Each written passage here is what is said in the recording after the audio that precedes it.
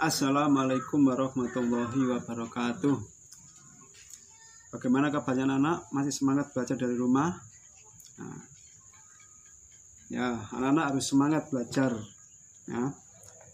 Sebelum anak-anak semangat belajar dari rumah, nah, mari kita biasakan berdoa dahulu ya. Bismillahirrahmanirrahim. Raditu billahi robba wa bil islami dina wa bi muhammadin nabiyya wa rasula rabbi zidni ilma warzuqni fahma. Ingat anak-anak protokol kesehatan. Yang pertama apa? Memakai masker apabila berpergian ya. Terus jaga jarak apabila bermain atau pergi ke pasar atau ke mall ya, dan mencuci tangan dengan air mengalir dan memakai sabun. Itulah protokol kesehatan yang harus kita biasakan masa pandemi corona. Anak-anak coba dilihat bukunya ya, halaman 6 ya. Nah, anak-anak sudah belajar tentang sumber energi ya. Pada tema 1 ya, selalu berhemat energi. Dengan tema 1 selalu sumber energi. Nah, coba dilihat bukunya halaman 6. Nah, di situ ada gambar apa anak? Gambar bakar jagung ya. Gambar bakaran jagung. Nah, jagung termasuk sumber energi bagi manusia ya.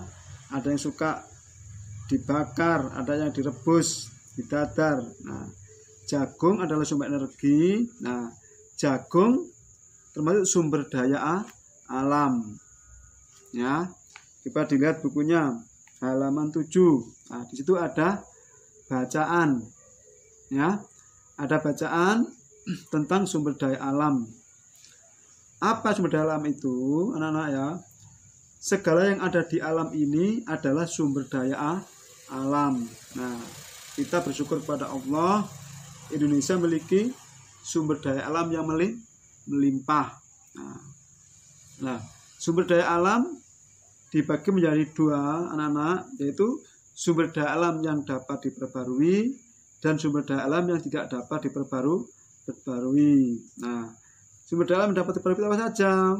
Yaitu tumbuhan, hewan, sinar matahari, angin dan air, dan masih banyak lagi ya. Nah, sumber daya alam dapat diperbarui apabila sudah dipakai, dapat diproduksi, dapat diolah kembali, dapat tumbuh lagi setelah dipanen, dapat dibudidayakan lagi, diusahakan lagi, diperbarui lagi, ditanam lagi. Nah, itu sumber daya alam yang dapat diperbarui. Yang tidak dapat diperbarui, nah, ya, apabila sudah habis ya tidak bisa digunakan lagi.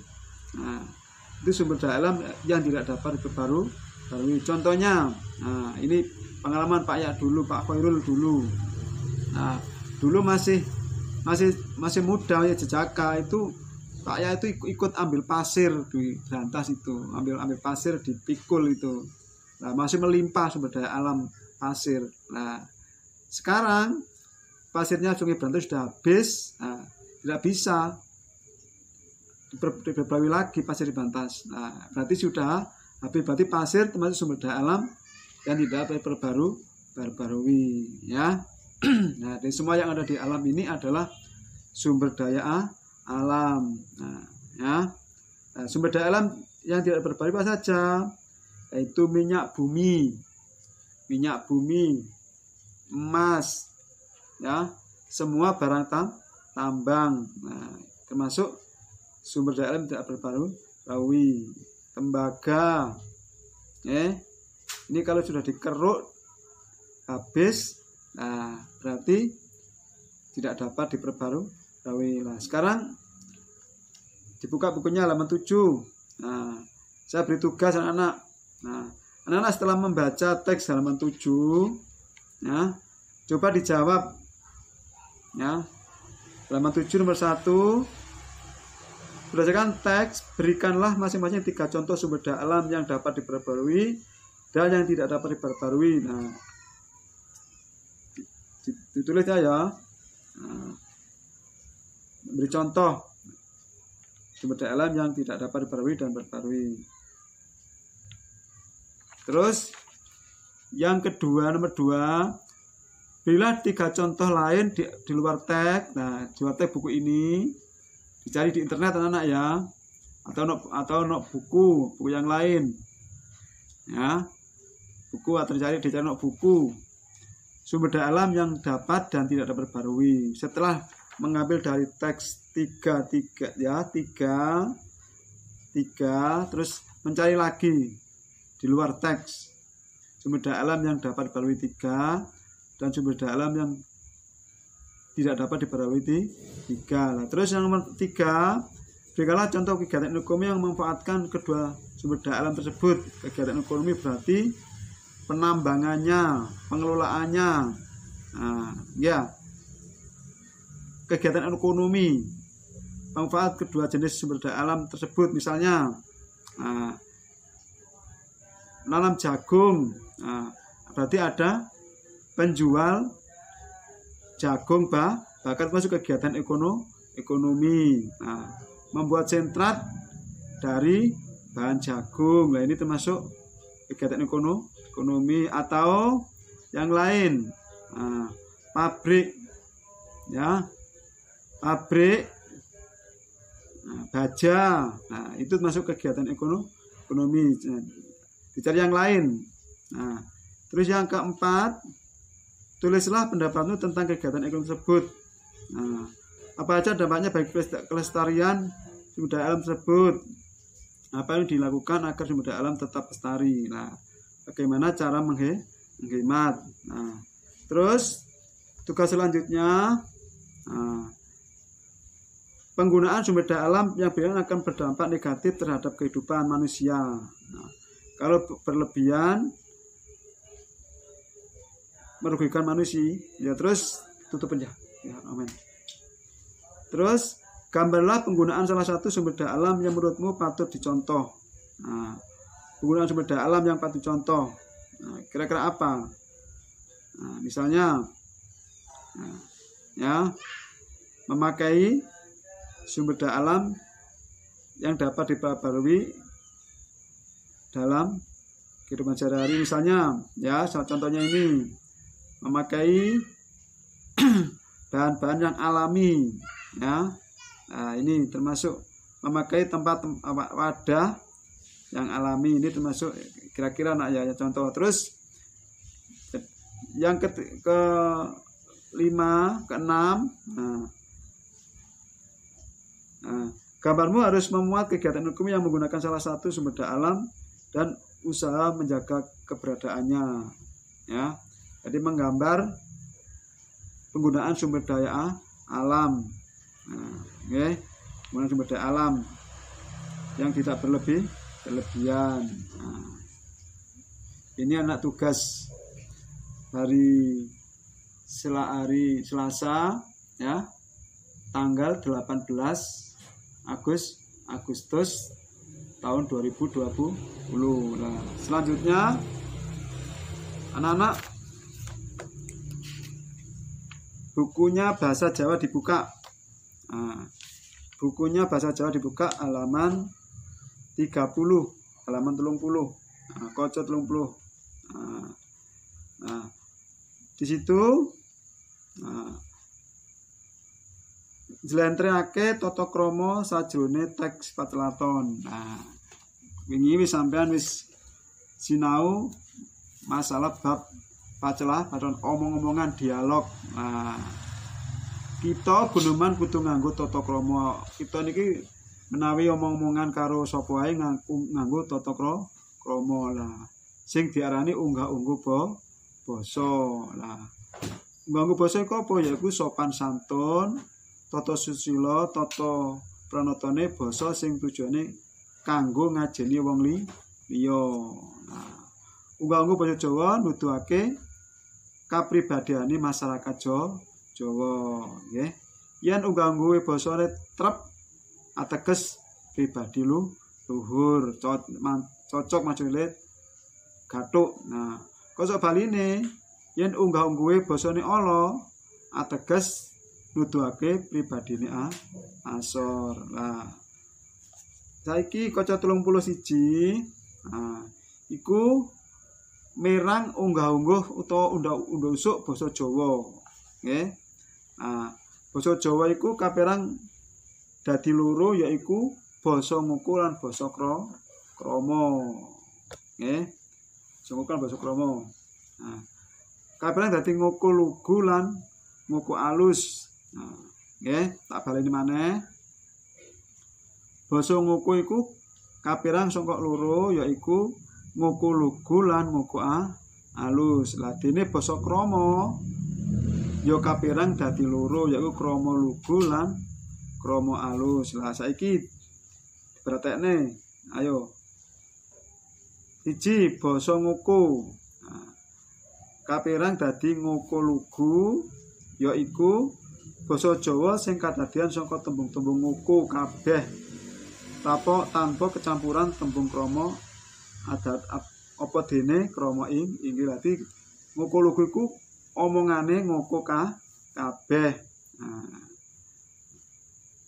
nggih, ngoko lugu digunakake kanca sing wis rumaket. Nah, gunane nggih nomor 2, wong tuwa marang bocah enom. 3, pawongan kang lagi ngunandika kate ngomong. Contoh tuladhane, aku lagi wae mulih saka Jakarta. Aku mari tuku es. Nah, iku jenenge ngoko lugu. Aku mari lunga toko pasar. Nah, kowe apa wis mangan? Nah, iku ngoko lugu. Lah nomor 2 ngoko alus yaiku basa Jawa sing ukarane kacampur antarane tembung ngoko lan krama. Nah, tembung krama nggih kramadya. Ngoko alus digunakake kanca padha kanca sing wis akrab nanging luwih ngajeni. Tuladhane ibu marang bapak. Nah, ibuke ngajeni bapake, bapake dikramakake. Adi marang Kang Mas utawa Mbak Yu. Nggih, adi marang Kang Mas utawa Mbak Yu. 4, wong tua marang wong enom nanging pangkate luwih dhuwur. Wong tua marang wong nanging pangkate luwih dhuwur, sing enom pangkate luwih dhuwur. Nah, tuladhane Mas Ali sesuk diaturi tindak Jakarta. Nah, Mas Ali berarti bocah enom adik marang kakange. Pak Bupati isih gerah. Nah, iku jenenge pamongan marang wong tua ngajeni marang wong enom. Nah, nggih, bupatine masih enom. Nah, terus nomor 2. Nah, basa krama kapérang saka dadi loro. Saiki A, krama lugu yaiku basa Jawa sing kadadian saka tembung krama.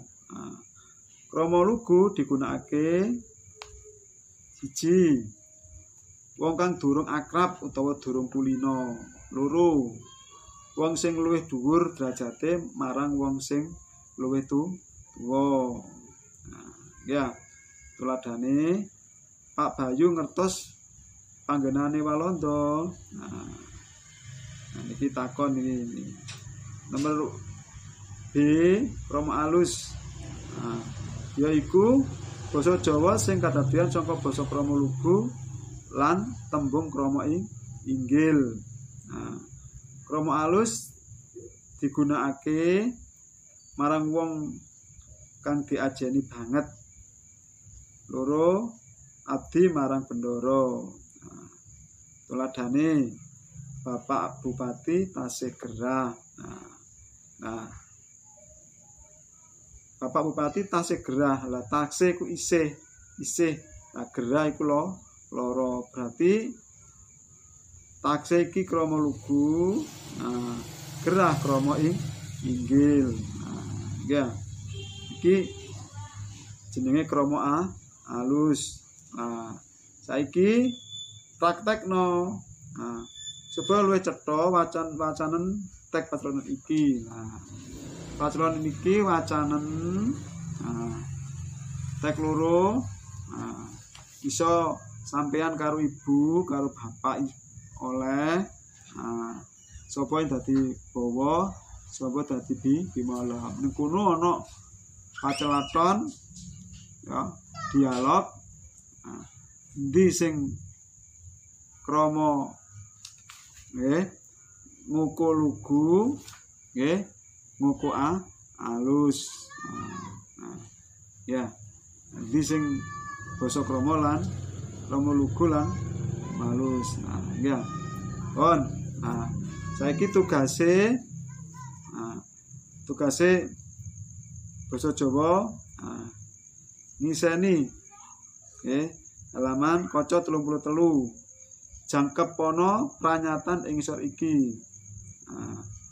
Soale ditulis nggih. Soale ditulis sing mau sing tema mau ya ditulis nang buku tulis, basa Jawa buku tulis. Nah, banjur mengko nek mari nulis nggarap dikirimno marang Pak Guru. Mengko gak biji sing sregep sing tulisane apik. Nah, berarti bocah pinter, bocah sregep. Nah, kangge Bapak Ibu nggih monggo putra-putrane anggenipun sinau ing dalem dipun bantu nggih, dipun rewangi, dipun bimbing nggih, dipun dampingi ngoten nggih.